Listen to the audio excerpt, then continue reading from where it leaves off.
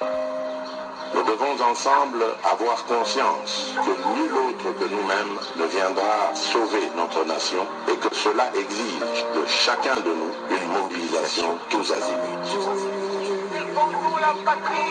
Peuple congolais, il est temps de nous lever, de nous serrer les coudes et d'agir pour défendre notre patrie, notre intégrité territoriale et l'intangibilité de nos frontières. La République démocratique du Congo est victime d'une nouvelle agression rwandaise et des actes criminels et terroristes du M23.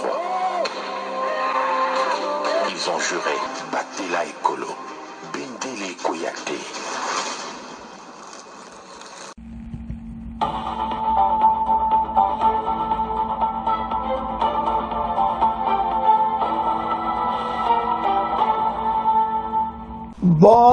Bonsoir, bonsoir, bonjour. C'est Congo News 24. Bande Konanga, comme toujours avant de commencer notre émission, nous disons merci à Dieu. Nous disons merci à nos chers abonnés et téléspectateurs qui nous suivent partout dans le monde et en RDC. Bande Konanga, soyez les bienvenus. À la une, chers téléspectateurs, on va commencer cette émission Bandeko avec vote à l'Union européenne contre le Rwanda et retrait de la mer rwandaise RDF F23. Tokolomba boyoka na émission et puis tokoyoka ndenge nini ambassadeur allemand akutanaki na ministre extérieur bokoyoka sur oyo ezoleka na SADC. Tozala connecté. Deuxième point, chers téléspectateurs, la guerre continue à l'est, les prêtres chez Kagame. Distraction totale. Tous à la connecter, peut-on développer une émission d'Abisso. Chers téléspectateurs, émission d'Abisso Bandi, et committant autosola ensemble, ma solo et Mboka. Bandi Kotoko ban émission d'Abisso avec l'Union européenne, et pas au Bavotaki, avec à peu près plus de 448 députés, va voter pour été bangola Kagame ba siatir nyonso ba longola et puis ba pesi memona bango directement mena bazo zela kaka ba concrétiser bangola Kagame basolezo sila soki a retiré armée na iti donc ba pesi délai donc tout déjà bandimi loko asi ba kati a retiré ba soldats immédiatement donc tout mona kaka mikolo déjà bakobimisa yango était sili bangona parce que ezaki vote ya parlement européen tokoyoka contre Rwanda vote wana bandeko bato basali ba cop na bango bandakala ba plan na bango bandakala e bandango alors si ba plan na bango nyonso bazosala biso nyonso toyebi maintenant na kati ya soni wana hypocrisie bakope na bango nyonso ekomi mawatro e RVC bazo profite maintenant ke baanile basianture basalaki na Kagame si baminere epuis bakata aide nyonso militaire oyo bapesaka Kagame bakata nyonso ya budget oyo bapesaka ye parce que Allemagne asi akataki tozoya na Allemagne emete à tout de suite là. Alors maintenant Kagame pression comme makasi ezali susu te mascara ta mascara esili na bango bazaki sima Kagame babimi likola mesa. Alors pression oyo batie na kuna emwani clair mete ba député européen na parlement na bango na Strasbourg ba votaki en faveur ya ba mesure ba sanction na bango contre Kagame balobi clairement aide militaire bazokata et puis budget à bango bapesa na Kagame bazokata et puis annulation ya accord donc 3 ya minene oyo Kagame vivaka nango et c'est Kagame ko résiste match za mobulu situation tozo vivre et zo senga ba congolais nyonso ba comprendre le fond du dossier. Le fond du dossier n'est pas seulement Oyezo Salama, mais bateau baza sima Kagame. qui sont derrière Kagame. Yango tina SADC, tout ça, un problème sérieux, tout ça, vivre la situation difficile, c'est parce qu'il y a des gens qui sont derrière Kagame, en train, Yakoboma Kamboka Nabiso. Mais je sais que les Congolais ne savent comprendre pas tellement, et te bitumba oyo, to gagne yango, to tanga. Bande ko makamweza minene. Vote à l'Union européenne contre le Rwanda, le retrait de RDF 1-23. La pression s'accentue sur la rébellion du 1-23 et RDF et ses soutiens. Les eurodéputés ont décidé, Bandeko. Pourquoi va décider? Parce que pression les gars est tellement macasse. Les eurodéputés ont appelé ce jeudi 13 février 2025. Dans leur majorité, le Rwanda a retiré ses troupes de la République démocratique du Congo. Lors de leur plénière, les députés ont voté une résolution de la condamnation de l'agression rwandaise en cours dans l'Est congolais.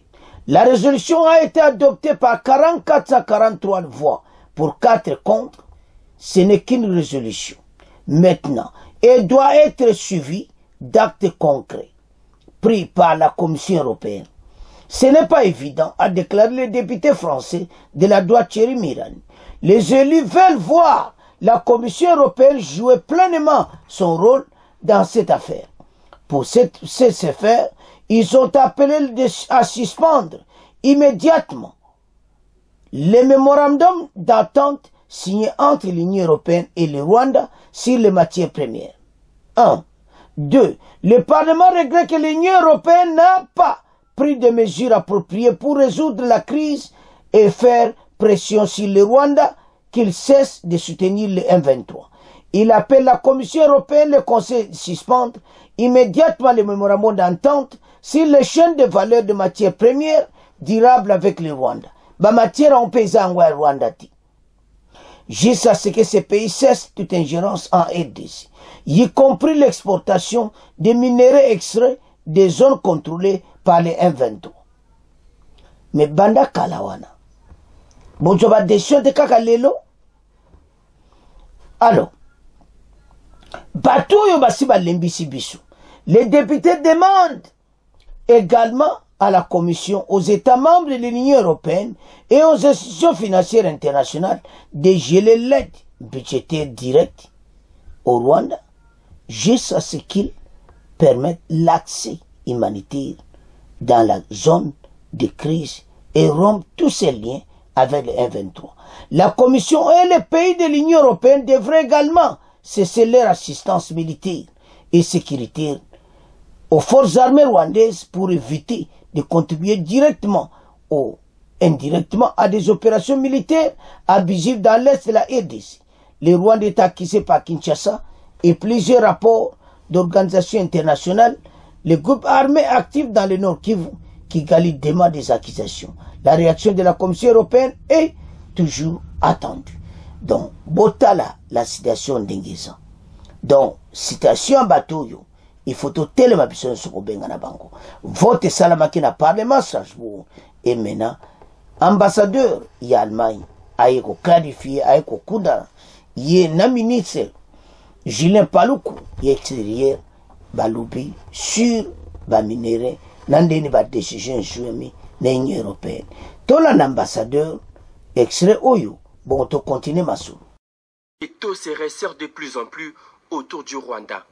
L'Allemagne vient de mettre sur pause toutes les discussions avec Kigali sur son aide au développement et exige à Paul Kagame de retirer ses troupes sur le sol congolais. Information apportée ce jour au ministre du Commerce extérieur Julien Paluku Kahongya par l'ambassadeur allemand en RDC. Occasion pour Julien Paluku de solliciter l'appui de l'Allemagne, membre de l'Union européenne, pour durcir encore des sanctions contre le régime de Kigali.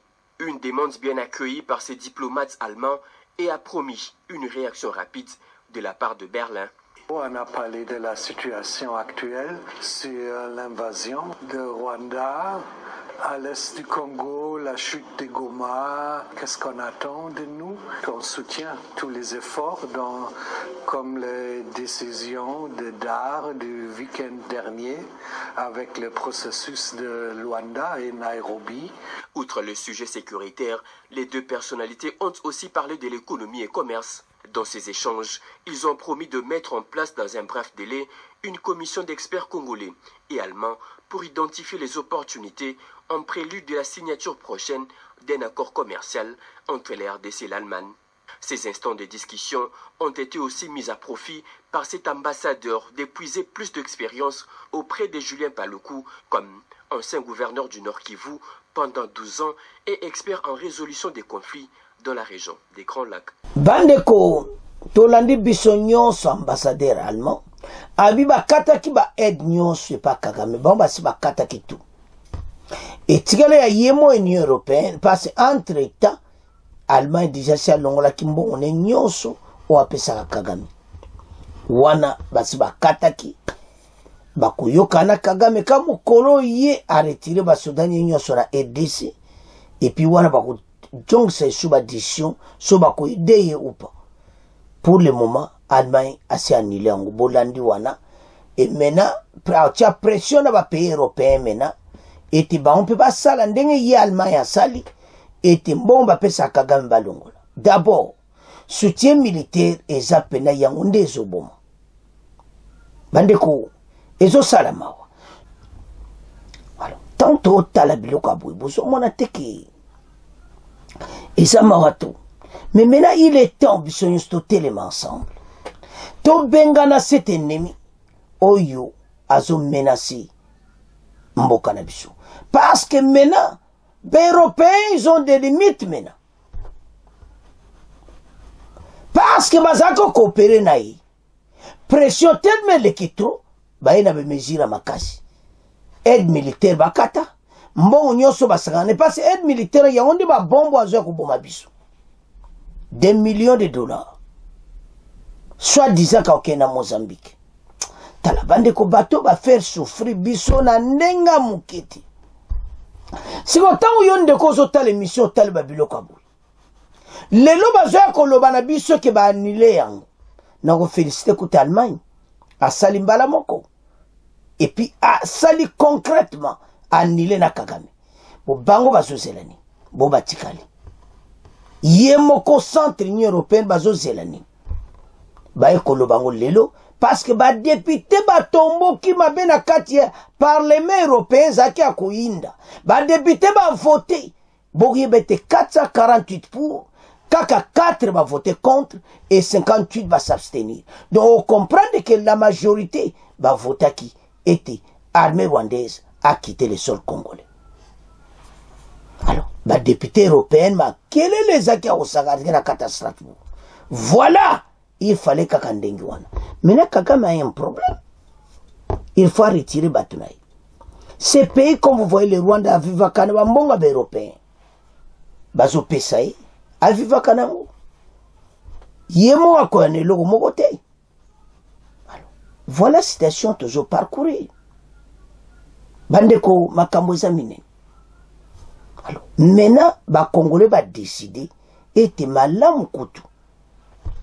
To bon sa arme, to tiak bateau nyonso na ba sanction na bango. Na biloko na bango. Deza nango kaka, ko zipa kaka. Ces gens ne nous aiment pas. Ba Européens ba lingi ba kabola mboka oyo. Tellement bazo mona richesse bandiko richesse ça na RDC so ba l'action boui konyon so o mona mais bazo ina biso parce que na ba voisin ba richesse ça tellement ya trop so ki ba tiki biso calme biso moto gérer yango même boke bongité et puis to comme grande puissance dans le monde mindele ba yebi so to tiki RDC kimia ba ko koma danger ya ba sala biso Européens. Alors, tu on a bino pour mawa trop tous ces gens. Alors, maintenant, kende na situation où tous en ont. Bandeko, sozo ta la situation où yaba sango, toke directement, baké kokuta na Kagame. Entre-temps, il y a la guerre à l'Est. Masolo bake kobeta na Kagame. Il n'aime pas ce pays basango oyo. Boke Masolo ni n'est pas ya Kagame. Bandeko basango baosa makambo moko. O ezali penda oyo kaka. Bazana ba agenda caché na bango. Mais tozo bongsa agenda caché na bango ba bimisi yango. Mais wana tozo bongsa ngo soki moko en tout cas connecté lisusu na deuxième émission Hollanda parce que toto sisi belema nyonso ti.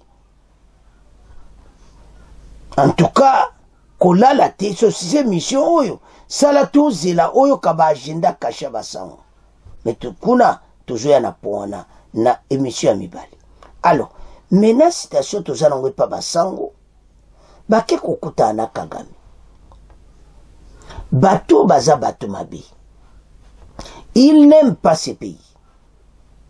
Bazaka sima ya Kabila Katumbi bato wana nyonso oyo balingi mboka oyo ti. Bandeko soko zota la citation toza nango à l'est. Et la situation au Sakanati. Et nous devons bien photo fungola mission na makambo oyo. Qu'est-ce qui se passe au juste à l'est? Bakopa batuyo. Entre-temps guerre ezo salama. Basango baki okutana armée rwandaise. Baki okutana nanga et bakatisi baki okutana Kagame. Donc c'est-à-dire après Masolo na baona nanga. Nanga lui en tout cas biso toko décider ti kene ko mona chef na biso Kagame.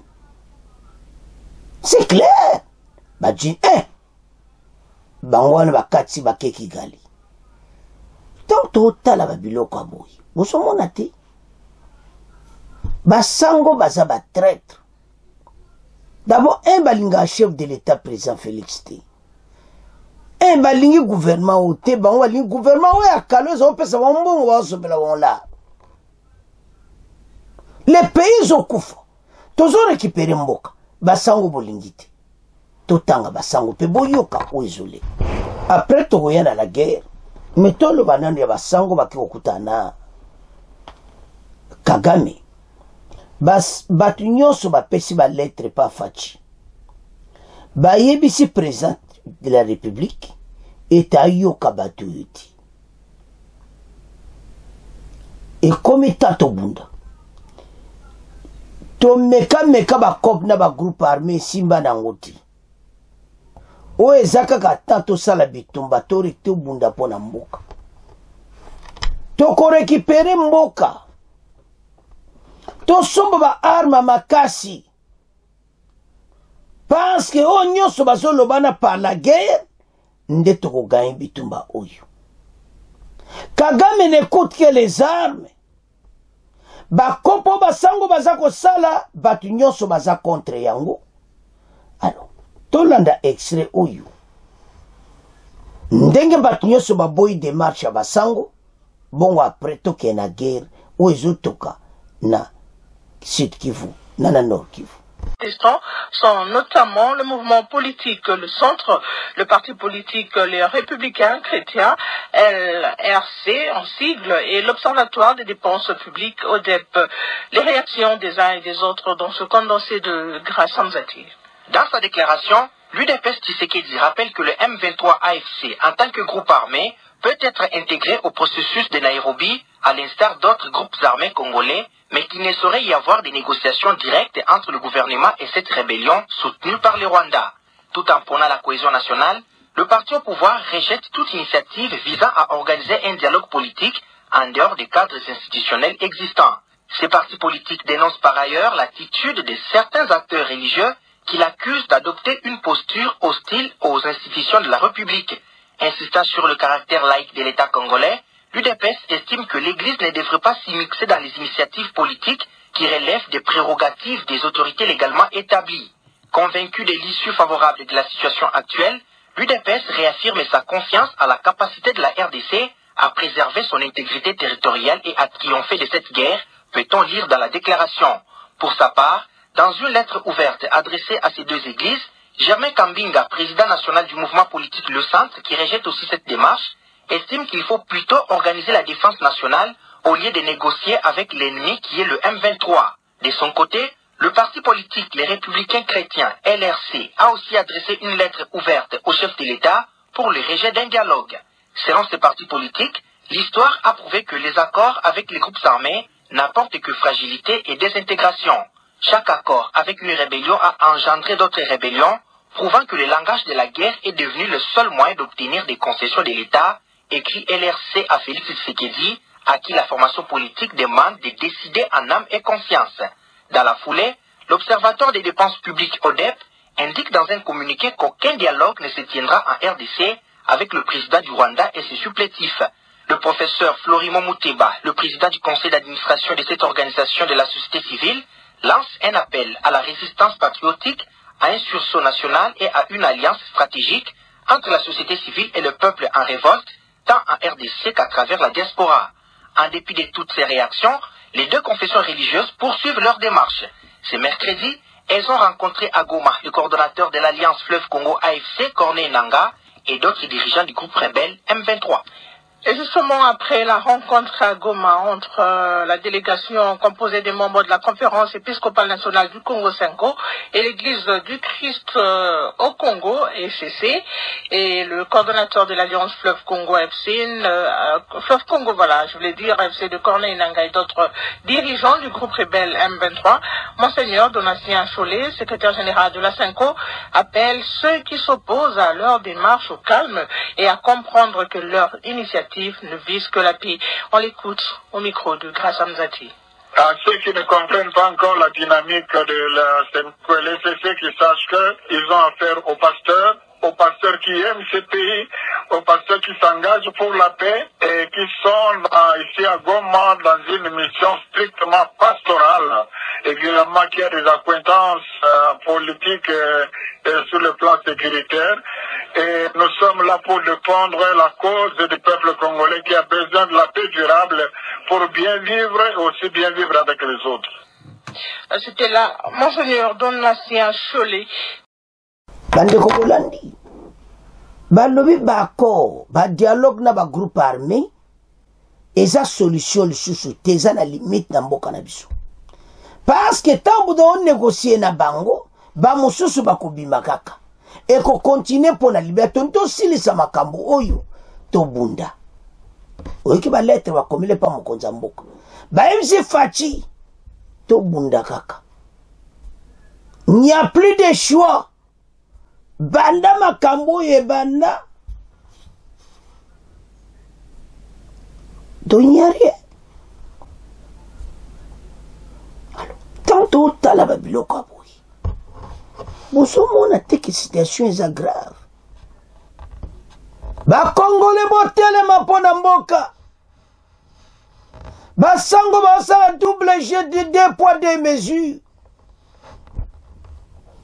Ba sa ko coopérer na ennemi. Tokondima yango te. Alors, surtout tala biloko bonsommons na te. Bolandi. Ce qui se passe batu nyonso baboyi coopération na basango to boyang et c'est un point entre to bunda na bitumba nyonso ya le haut et le bas tant on continue ko bunda jusqu'à ce que kota na makila ba congolais tout ba congolais nyonso ba ko se révolter na Nord Kivu batu nyonso ba ko telema na nzela armée rwandaise wa ko kalisute de ko zala makamba ko saka na ngoti. Parce que trop c'est trop. Mené comme étant, ba Congolais nyonso. Tout est le mat. Ba sango oyo, boulani ba message bandiko ba pesi. Baza contre démarche ba sango. Parce que bibang. Toujours préparer une mission moko spéciale. Tant bato baki okuta na Kagame masoloni. Après rencontre na Nanga ebisi bango boyi ndeto okanza ki omoni ndeto bongisa biso to ana droit de décider te muta décider na place ya Mseza Kagame il faut beaucoup okuta na Kagame oyi ke bakati pe ba ke Rwanda ndebo mona photo wa avec un ennemi. Masolo basolo la président Félix. Bazui yango bakiope sango Kagame. Ba traître basango. Boye baete mboka oyo kotelema. Toko récupérer mboka na biso toko bunda tina suka. Totiki dossier basango na maboko na minoto zokena point ya guerre. La guerre à l'est eza ya kosakana te. Bandeko bitumba eza kotuka. Na Sud Kivu, na Nord Kivu na Lubero, et puis na Kalei Centre. Komba eza kosalama. Armée rwandaise na minduki ba mindele ba pesiye, babali pe kokoma na limiti. Babali ko mona pe ke so ba beti koto pe ba beti bazo mona ke kote na biso force mobweyi. Bako bato bako vivre na nzelo bazolinga bakende Bukavu bako vivre yango. Kagame ezaka minduki to bunda. Eloko ko bange zate président Félix asomba ba arme makasi 1 point entre. Basango baza ba traître. To somba minduki ya makasi to bunda pona mboka. Bato yo bazo sala distraction. Distraction basango toko lukato vivre mboka ki. Après ba benga mutura bango ya ko diriger mboka. Ba ko diriger mboka oti. Et comme étant au biso moto jumboka na biso. Ce n'est pas possible. Ba Congolais to lamoka. To tango ezoleka na Sud Kivu. Bon auto avance. La guerre continue. Et c'est la RDC. Le combat se poursuit dans le nord et le sud Kivu. Les M23 occupent Kalei Centre. Dans le sud Kivu, les combats ont été particulièrement violents ce jeudi 13 février matin entre l'armée congolaise AFC provoquant de nouveaux déplacements. Mercredi 12 février, soutenu par l'armée rwandaise, ces derniers ont pris le contrôle de la cité du Houchi et de Kalei Centre, environ 60 km de Bukavu, la capitale provinciale. L'information a été confirmée par des sources militaires congolaises. Jeudi matin, les affrontements continuaient à Tchofi, une localité située à 5 km de Kalei. D'autres se rapprochent de Kacheke sur la route nationale 2 qui mène à Kavumu. Sur le front du Nord Kivu, les détonations armées lourdes ont été entendues jeudi matin dans la zone d'Indoluma, dans le territoire de Lubero. Donc, au moment où il y a des salama, faire des saisons continuer comme Bunda. Naba wazali no toko lembate. Situation tozanango. Congolais, combien de corps de connaissances pe ba kufi na makambo oyo. Basango oyo basa ba traître. L'église catholique, l'église protestante, baso crier le komo oboyi. Obiso ba Congolais phototélé. Boye ba ete nanga za mutu église protestante. Oyo ba tiake na seni. Bata ECC oyo. Alors, situation est grave. Nous devons nous mettre ensemble pour tout bunda ponamboka. Situation tozanango est grave. Démarche à basango est lukuta. Mais toi ko vivre en émission to tiela bino na air moko boy. Bolanda yango est somme. Ba dégâts total ou ebimi. Alors, maintenant le combat continue. Botala comment bateau yo bazolal sabsopongi. Avançons. Bande kotolandi bisonyos. Les combats ils ont continué na Kalei Centre et tu pe na Lubero na Nord Kivu pe na Kalei na Sud Kivu.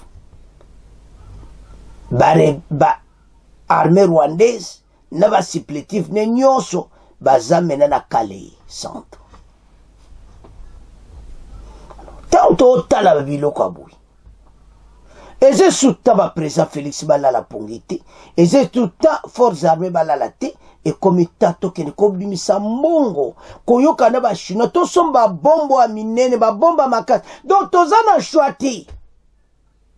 babimisa même 1 milliard na banque bosomi bom moko ya combien de millions bombe wana ekosisa bato guerre pesi. Kagame n'écoute que les armes. Bakor na bato oyo eza limité. Ya président Félix aboyaki na ye.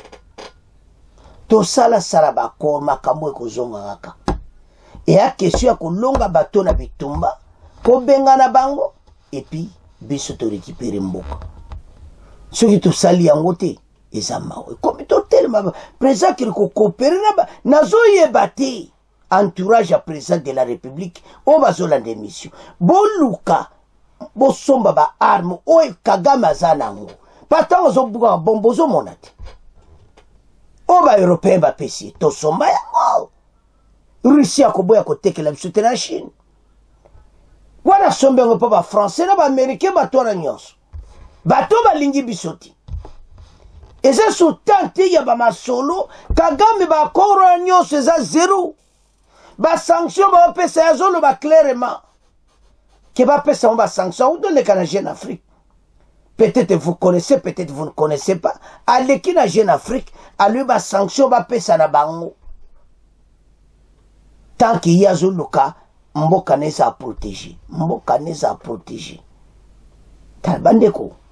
Ces messieurs, à kosaki ba mindele, a teba on a kata sac, kope simbi, mena, biso to baniko panzae, na ba mindele musuba komi, juste, bazo belo wa kosala te, ba kota ke na kata kopa Kagame, match ese mobulu, ba Congolais n'y a qu'une seule sortie. Président Félix a son mindu qui a makasi na Chine, az toza la coopération militaire.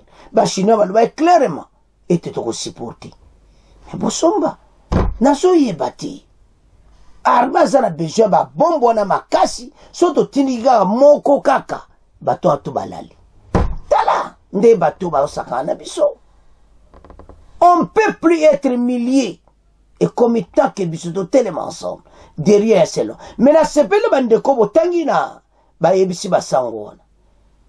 Ba lettre ba komeli fachi. Ezali sutamba masoluti. Et comme tato bunda. Kagame n'écoute que les armes. Tonuka partout les moyens parce que makamutu est limité maintenant. Tina bakora Luanda bozela Kagame azo pusana ti ayo koma na Bukavu aboto li Bukavu. Exactement to somba ba arma makasi. Exactement ma solo pamba pamba te. Exactement distraction te. Armée rwandaise azo kita. Pour te freiner, il faut te somba ba arma makasi. Kabombo Mwanda Vita, ministre de la Défense. Jo avion kende Chine somba ba arme yakana. On n'a pas besoin des hommes sur le terrain. On a besoin bunda, mais tous a besoin de bomba makasi. O soko boaki. Ibomi batuana. Alors, baranfort wana nyos tous a besoin nango. Ya on tient tout le bana ba Congolais que position tous a nango. Tous a la position de force. Mais au senga batu ba tellement ensemble, nous allons gagner cette guerre. Ce qui Bukavu, c'est très dangereux. Alors, ils sont à 60 km à Bukavu. Et Zala Karaboy, 60 km à Goma. 60 km à Goma. Bakomi Goma. Et ils ont soutenu ma soloté. Gouverneur à Banque Centrale, ministre des Finances, Bovanda. Bosala Cheka Mounene. Bopesa, Mwanda Vita. Ajo avola ke na Chine aye la biso ba bombo wa minene wana oya Poutine oso boyka mbala moko masolo esi omona bato yo bakolenga tuso zela nini mikolezo kemboka bozo mona te ero ya aéroport a Kavumu nano eza na maboko na biso bokitsa ona aéroport a Kavumu lokola eza mosika na Bukavu aéroport a Kavumu to bloquer bato mbala moko bazoni nga bakene Kavumu. Soki babote l'aéroport à Kavumu. Et c'est grave. Kagame akotsa ba arme nene aéroport ndazo kitsana Goma pour le moment. totelema tolamuka. Alors bon nyonso baza proche mokonzi mboka babimisa mbongo na banque centrale biso tutokoma ezata baso ba arme o eleki me makagame wana togaye tozana armée mais il faut ma guerre wana ya sikoyo eza bobwaki bombe après armée balandi place bombe ke kokoya bolandi kuna pokuna déjà c'est panzi bango nyonso. C'est comme ça qu'on avance. Alors situation est tellement bah continuer faut ba tellement ba cesser les feux et l'autre côté ba ko respecter na bango yango te eza ba jeune bango. Alors bana mboka to comme na fait mission to comment tika ngona bino bon continuer ko partager. Au revoir, à la prochaine.